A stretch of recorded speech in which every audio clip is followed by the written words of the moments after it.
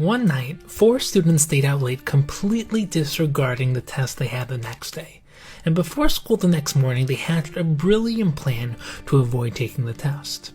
They covered themselves with grease and dirt and went to the principal's office, and they told him all about how their car had gotten a flat tire the previous night on their way home from a wedding, and how they had to spend the whole night pushing it home. And the principal listened attentively to their tale of woe and kindly offered them a retest on the following day.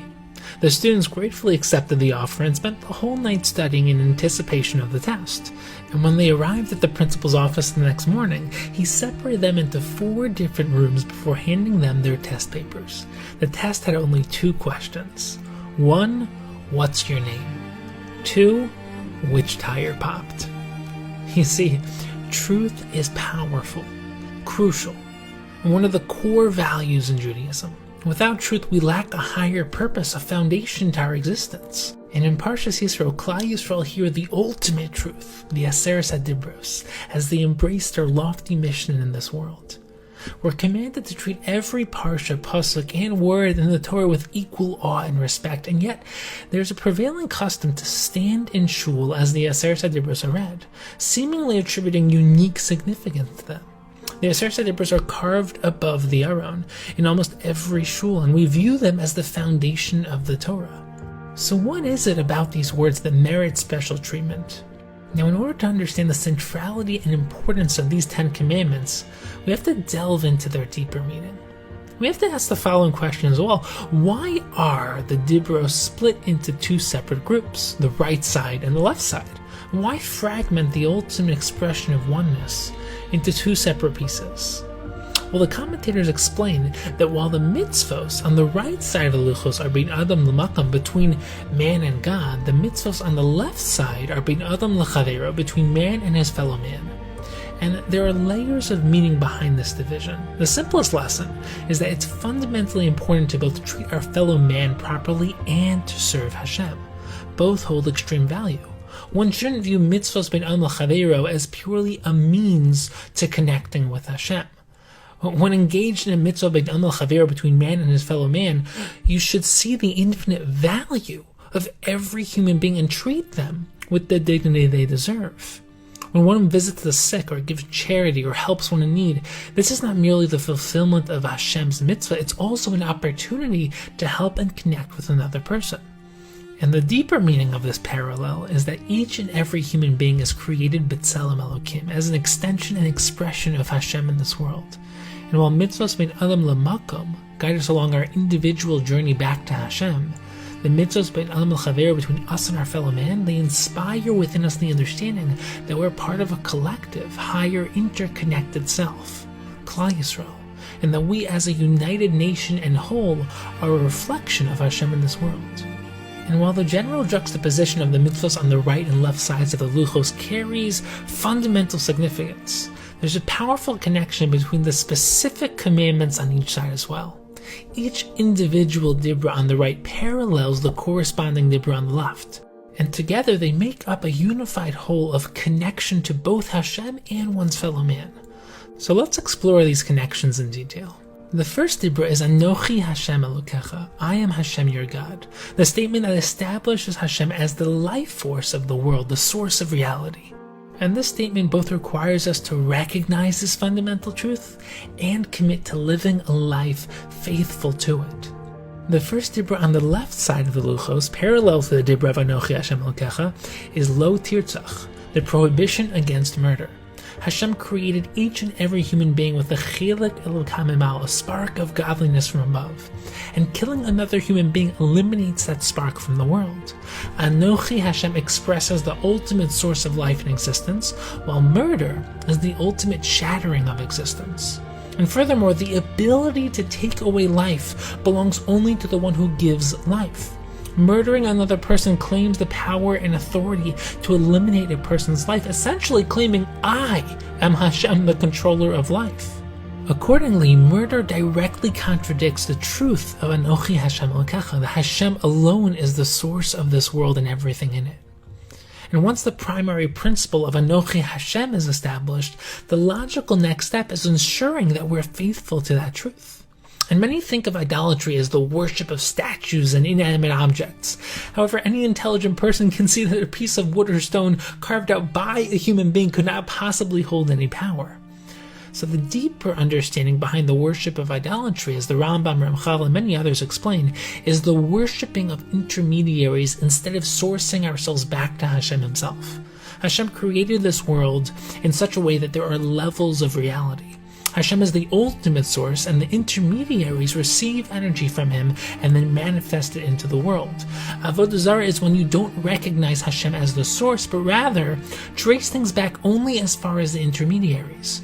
The statues that people worship are merely tangible representations of the higher forces they're serving.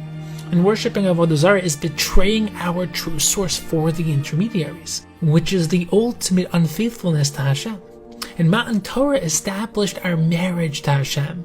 And idolatry is the betrayal of the commitment and connection of that marriage. The prohibition against adultery is the corresponding dibra on the left. Why? Because adultery is unfaithfulness in marriage, betraying the trust and loyalty integral to a relationship. Any illicit relationship is a breakdown of what a proper relationship represents. Therefore, Avodah Zarah and adultery are inherently connected. And this pattern continues with the remaining 6 dibros. However, there's an apparent problem with the last dibra on the right side.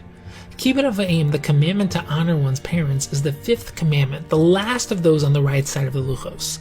However, as we've already explained, the right side of the luchos is reserved for mitzvos bin adam l'makam, between man and God. And while it might not always seem so, parents are human too. So why then is the mitzvah of honoring one's parents included on the right side of the luchos? Well, the answer is like this. The right side of Luchos contains the mitzvahs bin Adam l'makam, but the deeper theme of the right side is mitzvahs between man and his source, bin Adam l'makor. The first 4 are bin Adam l'makam, between man and his ultimate source, Hashem. But the 5th is Kibbud Av Va'em, which is between man and his more immediate source, his parents. And this juxtaposition reveals a deep connection between these mitzvahs, because the first step towards tracing yourself back to Hashem is recognizing that I am not my own creator. I have a source. And Kibbud Av Va'em is the first step towards doing so. Recognizing that our parents are our source is the first step in tracing ourselves all the way back to our ancestors, then to Avraham, then Noach, and eventually all the way back to Adam HaRishon, until finally we get back to Hashem himself. And in doing so, we trace our individual existence back to Hashem's creation of the world itself. Kibbud Av Va'em is therefore the perfect transition between bin Adam l'makam and bin Adam l'chavira, because this mitzvah serves as the springboard for the connection between you and Hashem. And recognizing that someone created us helps train us to source everything in our lives back to Hashem. So, after clarifying why Kibbud Av Va'em is on the right side of the Luchos, we still have to explain its connection to the prohibition against jealousy, lo zachma, which is on the left side.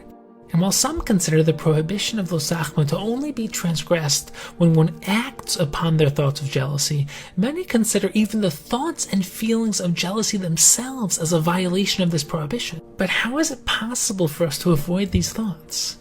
Well, each one of us is entrusted with a unique mission in this world, and Hashem gives each of us the unique talents, skills, and drives that we need in order to fulfill that mission. Hashem is our source, and therefore the source of everything we have. Every aspect of our life was designed specifically for us.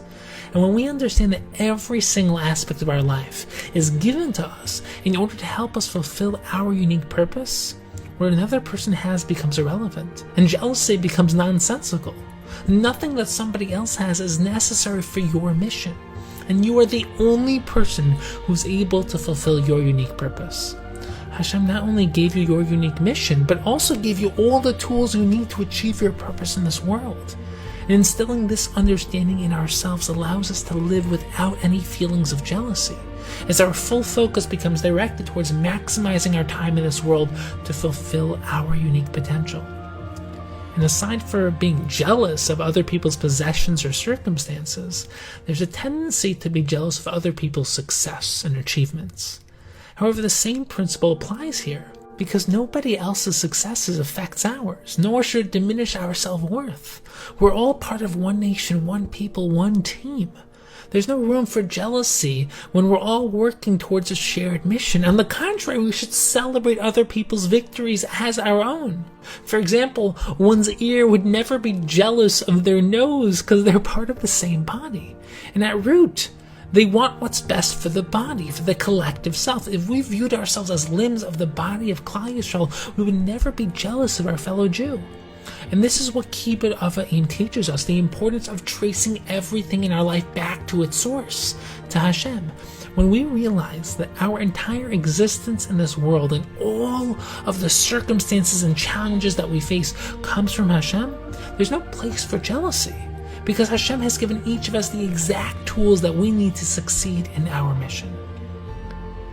And when we picture the Luchos, what do we think of? We instinctively conjure up an image of two rounded tablets. However, the Gemara explicitly states that the Luchos were cubic or rectangular. So why does almost every shul depict the Luchos with two rounded tops, as an almost heart-shaped figure? But the depth behind this is that the Luchos are intrinsically connected to the heart.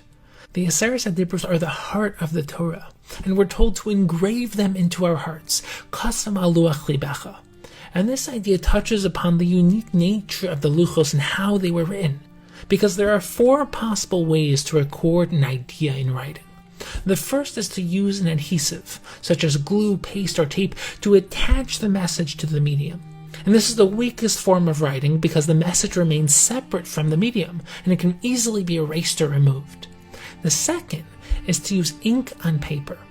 And in this case, the message is not easily removed because the message is more connected to the medium itself. However, the ink still remains on the surface of the paper, separate from the medium. It's the very contrast between the ink and the blank paper that allows you to understand the message. But the third is to engrave the message into the medium itself. And as such, the message becomes part of the medium and can't be erased. But the deeper form of writing, perhaps the deepest form of writing, is to bore the message completely through the medium, whereby the message becomes one with the medium itself. And this 4th level is how the Luchos were written. The Pasuk says that the letters of the Luchos were engraved through the stone and could miraculously be read both on the front and the back of the tablets. And Chazal discussed the miraculous way in which letters such as the Samach and Mem Sofit both had inner pieces that floated in the air, disconnected from any other part of the stone. And at its root, this is the deep message of the Luchos. We have to engrave their words onto our hearts. We have to become one with the medium. We have to become one with these mitzvos. We can't simply perform the mitzvos. We have to become the mitzvos. May we be inspired to fully embrace Ma'an Torah this year, and merit to fulfill the directive of Kasvem al luach libecha, to engrave these words onto our hearts.